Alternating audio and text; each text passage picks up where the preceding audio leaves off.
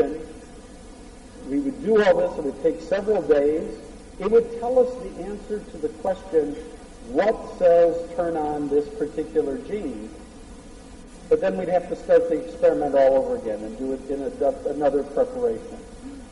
And the worst part about this is because we have to fix the animals and prepare them, is that we only see a static view of life. We never see things changing because we had to prepare the sample in this particular way. But it gave us the answer. But it was a lot of work, and especially for people in my lab, I don't know if they were that happy with this.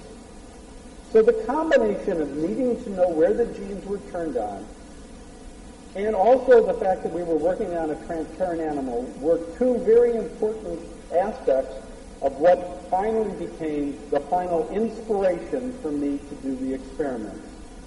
Now, everyone has a different idea about inspiration. One of the best examples I know about inspiration is this wonderful cartoon by Nick Kim, in which it says, Cambridge, 1953, shortly before discovering the structure of DNA, Watson and Crick, depressed by their lack of progress, visit the local pub where a patron says, I'll have a double Felix. I'll let you think about that. Now, my inspiration wasn't in the bar. That would have been very nice. But it was actually at a seminar. And at that seminar, I heard about the remarkable work of this man, Osamu Shimomura, who I was privileged to share the Nobel Prize with. If you have some time, only because it's a wonderful story, you should go to the Nobel Prize site and listen to his lecture. Because he had a very hard road to his discoveries. He's a remarkable individual. Let me explain what I mean. When he was 16 years old, he was told he could no longer go to school and had to work in a factory. Now, the factory was not in the city where he grew up, but it was on the other side in the adjacent valley on the other side of some mountains, and he had to travel for that, and he started working there. That turned out to be very fortunate for him because, unfortunately, the city that he grew up in was the Japanese city of Nagasaki, and that's where the atomic bomb exploded. He went in, he was saved because he was on the other side of the mountains, but he went in and rescued people and treated people after the explosion. But of course, the atomic bomb destroyed the city and also destroyed the university he was going to go to. So he had to wait several years, finally went to the pharmacy school, started doing some work, and I won't give the long story which you should listen to on the Nobel Prize site. But eventually he got interested in a fundamental problem of biology that is definitely non-translational. And that is that there are several organisms, glowworms, bacteria, fungi, fireflies, and some jellyfish that produce light. And he was interested in the biochemistry that was the basis that allowed these organisms to produce light. And he went to work in the United States at Friday Harbor Labs in Washington State. And in this work, he was a complete failure for almost the entire summer. He would make preparations from jellyfish, but they would not light up. He tried over and over and over again to do this. Finally, it was late at night. His latest preparation didn't work at all. And so, in frustration, finally just to clean up, he threw the entire preparation into the sink. Now, the sink had jellyfish parts and seawater in it, and he just threw his samples away in the sink, turned off the light, and was about to go home when he looked back at the sink and found that the sink was glowing brightly. From this, he realized that the one thing missing in his experiment was something in seawater, calcium. And so when he added calcium, he was able to get blue light. And he was able then to use that as a way of purifying the protein, which he called a quorin, after the jellyfish Aquaria Victoria. And this was the light-producing molecule. So he had solved his problem. Well, he had a new problem, because when calcium was added to a corn, it made blue light. But he knew, despite this picture of this jellyfish, that in the wild, in the sea, the jellyfish doesn't produce a blue light. It produces a green light. And so now he had a new question. Why is it that the molecule I find that makes light, why is it blue when the jellyfish makes light that's green? And he went back and he found another protein, and this protein converted the blue light to green. And all he needed to do was shine blue light onto the protein, and he would get green light out. In other words, the protein was fluorescent. He called it the green protein. We now call it the green fluorescent protein, or GFP. And so the jellyfish produce green light because they have the combination of aquarin and GFP. And when calcium comes into the cells, green light is produced. Well, I'm listening to this seminar, and I've been saying for the 10 years before the seminar that I work on an animal that's transparent. And so it doesn't take a lot of genius to say, if we could turn this light on in the animal, we would be able to see where the genes are turned on, only by looking at the green light.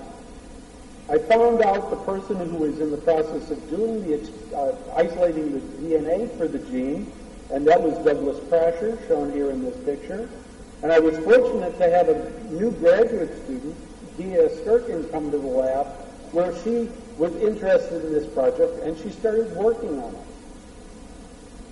She started working as a new graduate student on this project. We got the DNA from Douglas, and 1 month after she started graduate school, this is the page from her lab notebook, and what I've circled here is the part that says that she was able to put the gene into bacteria, into E. coli, and get green fluorescent bacteria. We were extremely excited about this. Now, we had a slight problem, and that's also shown on her lab notebook page. I don't know if you can read this, but it says that she used the microscope in another lab. She had worked in a previous lab that worked on fluorescence, and she knew they had very good microscopes. She also knew that my lab had very bad microscopes. In fact, if you used our microscopes, we would have said it didn't work. But she went to the other lab, and she was able to get this very first picture of bacteria that were fluorescing green. This gave us a problem, and I want to talk a little bit about the problems of scientific research. So we had made this wonderful discovery. We found a protein that when we put it in the cells, it was fluorescent on its own. This was going to be a great marker. But we didn't have a microscope we could use. So I solved this problem by calling up all the representatives of microscope companies and saying to them, I've made this wonderful discovery and I want to buy a new microscope. Would you please bring in a sample microscope so we can try it out? And if you can leave it for a month or two, that would be very nice. And they did, and we did all the experiments on borrowed microscopes. Well, eventually we decided to publish. We showed that not only did it work in bacteria, but it also worked in worms, and there's a picture of a worm with GFP in some of the nerve cells, and we sent it off to this journal Science that it was eventually published in. And it was very nice. We sent it off. We thought we were very excited about the results. And some of you may know that the journal Science takes itself very seriously. And so your paper never goes out to review until the editors decides that it's worthy enough for review. And the editors got in touch with me and they said that our paper was not worthy enough. And I asked them, what's the problem? And they said, we don't like the title. The title we had was Green Fluorescent Protein, a New Marker for Gene Expression. And I asked them, what don't you like about the title? They said, everything in the journal Science is new. You cannot use the word new in the title. Now, I don't think I'm different from a lot of other scientists in that I really do not like people telling me what to do. So when they said that I had to change the title, I changed the title to a rather long title, which is this one. The Aporia victoria green fluorescent protein needs no exogenously added component to produce a fluorescent product in prokaryotic or eukaryotic cells. This is actually the entire paper as a title.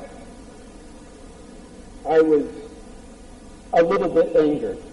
And fortunately, the reviewers liked the paper and they accepted it for publication. And then I got a call from the copy editor, and the copy editor said, you know, this title of yours, it's very long. Do you think you could make it a little shorter? And I said, yes, now that the paper is accepted, I think I can. So the final title became Green Fluorescent Protein as a Marker for Gene Expression. And that's what the paper is titled now. We also had another problem, and that's exemplified by this picture that was on the cover. We sent in this picture, and I was very excited about this because this is a living animal, and this is a growing nerve cell. That's the end of the nerve cell growing out, the growth cone for people that are in neurobiology. And I was very excited that we could actually watch the cell growing in the living animal. And so I sent them the picture. They liked the picture, but the cover editor called me up and said, although we really like the picture, we have a problem. We really never like to have the color green on our cover. Can we change the color of the cells? I said, no, I really don't like that idea. I had one final problem with this paper. There were a lot of problems. The final problem was that when I was asked, when we did the experiment, I didn't wait for publication. I told as many people as possible about this. I was very excited. I wanted other people to try this. And lots of people got samples before publication, and they tried it, and people were starting to report back to me that it was working, that it worked in their system. And I wanted to say that in our paper, to say it's not just bacteria and worms, it works in this cell and that cell and so on. There's other places. And these people were very nice. Almost every single one of them said, of course you can cite our unpublished work, because we needed their permission to cite the work. One person, however, gave me a very hard time. This person. You probably can't read this. I'll read the letter. Marty, it is perfectly fine with me if you cite our work in your science paper, provided you meet the following conditions. 1, you make coffee each Saturday morning for the next 2 months, ready by 8:30 a.m. 2, you prepare a special French dinner at a time of your choosing. And 3, you empty the garbage nightly for the next month. This is my wife.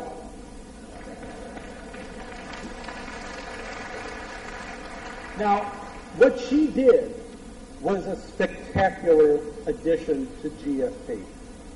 What she did, we had shown that if you take, genes have 2 parts to them. They have the regulatory part, and then they have the coding part. The coding part says what's to be made, and the regulatory part says when, where, and how much. So we had taken the regulatory part and put it to drive the production of GFP so we could see when and where and how much was made of the GFP. What she did is she made a fusion. She had